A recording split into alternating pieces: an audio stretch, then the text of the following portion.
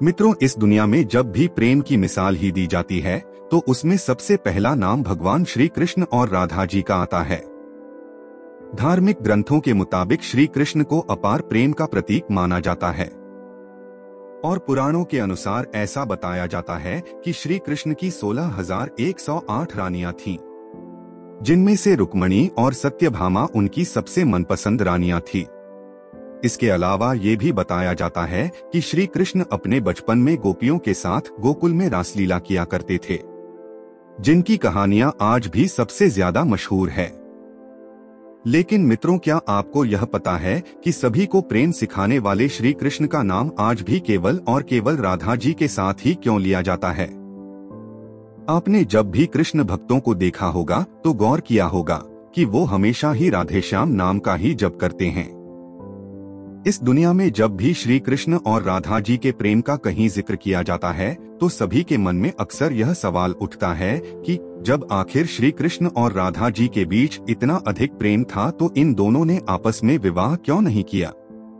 मित्रों, अगर आप भी जानना चाहते हैं कि श्री कृष्ण और राधा जी का विवाह किन कारणों से नहीं हो पाया तो इस वीडियो को अंत तक जरूर देखें। हम उन सभी रहस्यों को बताएंगे जिस कारण कृष्ण और राधा सिर्फ प्रेम के धागों से ही बंध कर रह गए। नमस्कार मित्रों, हमारे चैनल श्री डिवाइन पर आपका स्वागत है। आप भी धार्मिक रहस्यों को जानना चाहते हैं तो हमारे चैनल को सब्सक्राइब जरूर करें।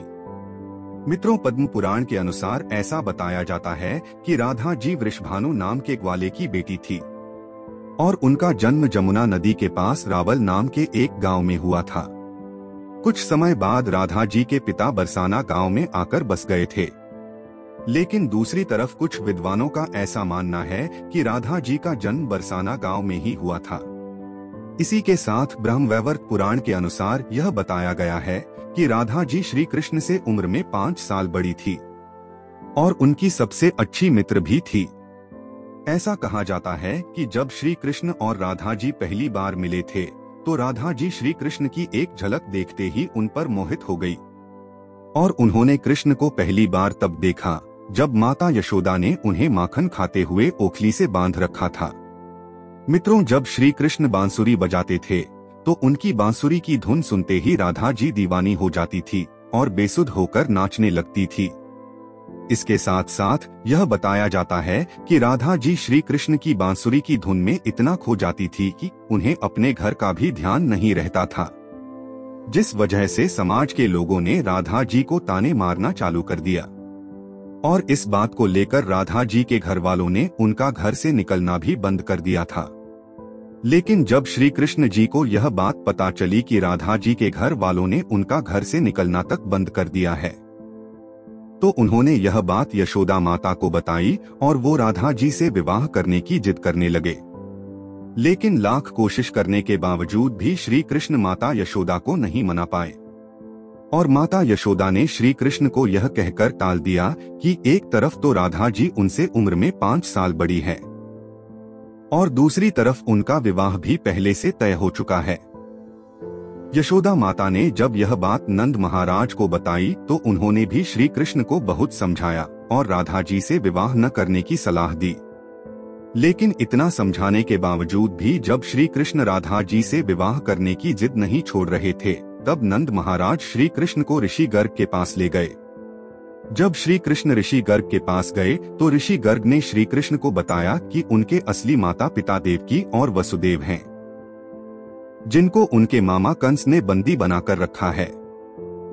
इसके साथ साथ ऋषि गर्ग ने श्री कृष्ण को यह भी समझाया कि उनका जन्म केवल और केवल दुष्टों का नाश और धर्म की स्थापना करने के लिए हुआ है।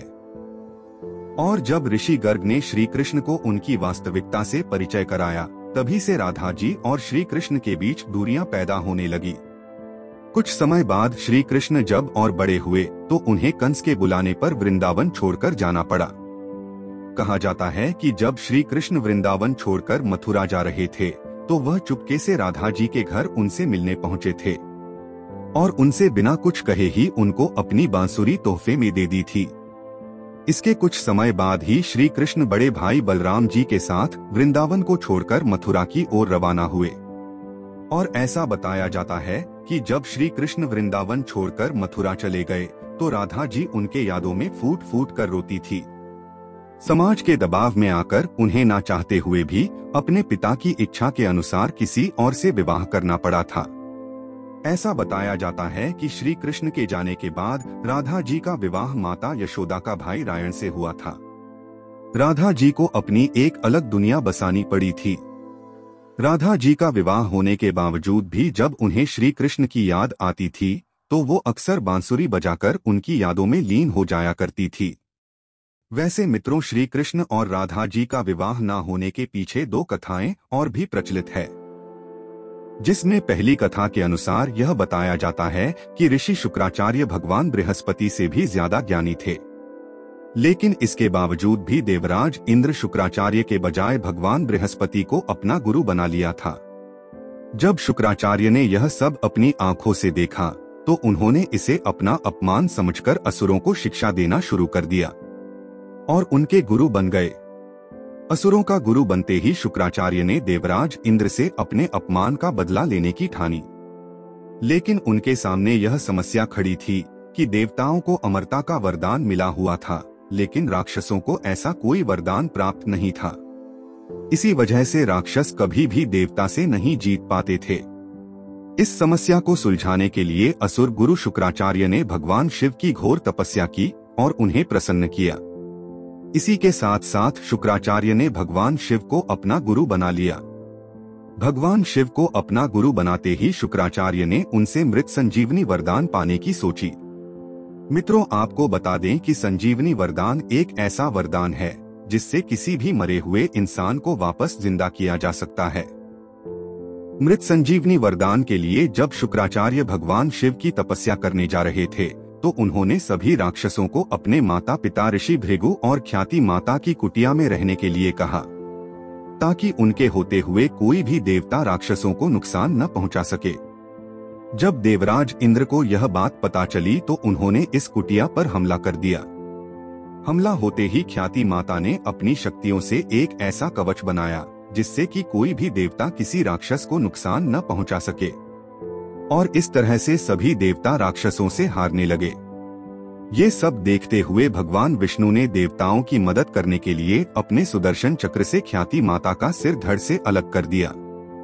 हालांकि ऋषि भृगु ने अपनी पत्नी यानी कि ख्याति को कामधेनु गाय की मदद से वापस जिंदा तो कर लिया, लेकिन इसके साथ साथ उन्होंने भगवान विष्णु को यह श्राप दिया कि उन्हें इस धरती पर जन्म लेकर पत्नी वियोग सहना पड़ेगा। और मित्रों, बताया जाता है कि ऋषि भृगु के द्वारा दिए गए श्राप की वजह से श्री कृष्ण जी का विवाह राधा जी से नहीं हो पाया था। ऐसा इसलिए क्योंकि भगवान विष्णु ने ही श्री कृष्ण के अवतार में इस धरती पर जन्म लिया था। अब मित्रों, श्री कृष्ण और राधा जी का विवाह न हो पाने के पीछे एक और कथा भी काफी ज्यादा प्रचलित है, जिसके मुताबिक ऐसा बताया जाता है कि एक बार देव ऋषि नारद को यह घमंड हो गया था कि खुद कामदेव भी उनकी तपस्या और ब्रह्मचर्य को नहीं तोड़ सकते। यह सब देखते हुए भगवान विष्णु ने सोचा कि क्यों ना देव ऋषि नारद का यह घमंड तोड़ा जाए। जब देव ऋषि नारद एक बार रास्ते में कहीं जा रहे थे तो उन्हें एक बहुत ही सुंदर नगर दिखाई दिया, जहां माता लक्ष्मी के स्वयंवर का आयोजन किया जा रहा था। तब नारद मुनि उस नगर में गए और वह माता लक्ष्मी की एक झलक देखते ही उन पर मोहित हो गए। लक्ष्मी जी के रूप और सुंदरता को देखकर देव ऋषि नारद का ब्रह्मचर्य तो भंग हो ही चुका था, इसलिए उन्होंने सोचा कि क्यों ना इस स्वयंवर में भाग ले लिया जाए। लेकिन इससे पहले देव ऋषि नारद भगवान विष्णु के पास गए और उनसे कहा कि आप अपना सुंदर रूप मुझे दे दीजिए और मुझे हरि जैसा बना दीजिए।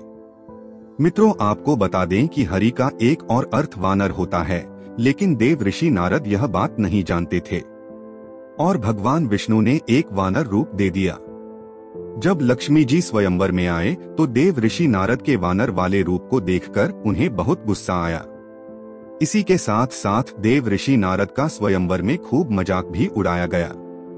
उसी समय की बात है कि भगवान विष्णु भी एक राजा भेष रखकर उसी स्वयंवर में आ गए और भगवान विष्णु के सुंदर रूप को देखते ही लक्ष्मी जी ने उन्हें अपने पति के रूप में चुन लिया। यह सब देखकर स्वयंवर में बैठे सभी लोग देवर्षि नारद जी की और भी ज्यादा हंसी उड़ाने लगे और उन्हें कहा कि पहले जाकर अपना रूप तो देखो। जब देव ऋषि नारद ने शीशे में जाकर अपना रूप देखा तो इन्हें अपना वानर वाला रूप देखकर बहुत गुस्सा आया। इसी के साथ साथ देव ऋषि नारद भगवान विष्णु को भला बुरा कहने लगे और उन्हें श्राप दिया कि जिस तरह से मैं स्त्री वियोग में तड़प रहा हूँ, उसी तरह तुम्हें भी अपने हर जन्म में स्त्री वियोग सहना पड़ेगा। कहा जाता है कि इसी कारण विष्णु जी को राम अवतार में सीता वियोग और कृष्ण रूप में राधा का वियोग सहना पड़ा। लेकिन इसके कुछ समय बाद नारद मुनि को अपनी गलतियों का एहसास हुआ और उन्होंने भगवान विष्णु से इस बात के लिए क्षमा मांगी। इसके बाद भगवान विष्णु ने नारद मुनि को क्षमा करते हुए बताया कि यह सब तो उनकी ही माया थी। वैसे मित्रों, कमेंट करके बताइए कि आपको क्या लगता है, इनमें से किस श्राप के कारण श्री कृष्ण और राधा जी का विवाह नहीं हो पाया। मित्रों, गर्ग संहिता में राधा कृष्ण के और अद्भुत लीला का वर्णन है, जिसमें उनके पूर्व जन्म और गोलोक का विस्तार है। यदि इस वीडियो पर 108 राधा कृष्ण नाम का कमेंट आ जाए तो हम अगले पार्ट में वो सभी रहस्य बताएंगे। मित्रों, आज के वीडियो में बस इतना ही। वीडियो को अंत तक देखने के लिए आपका बहुत बहुत शुक्रिया। वीडियो को 5 लोगों तक शेयर करें और राधा कृष्ण की भक्ति का पात्र बने। ज्ञान और खुशियां बांटने से बढ़ती है। मिलते हैं अगले वीडियो में। नमस्कार।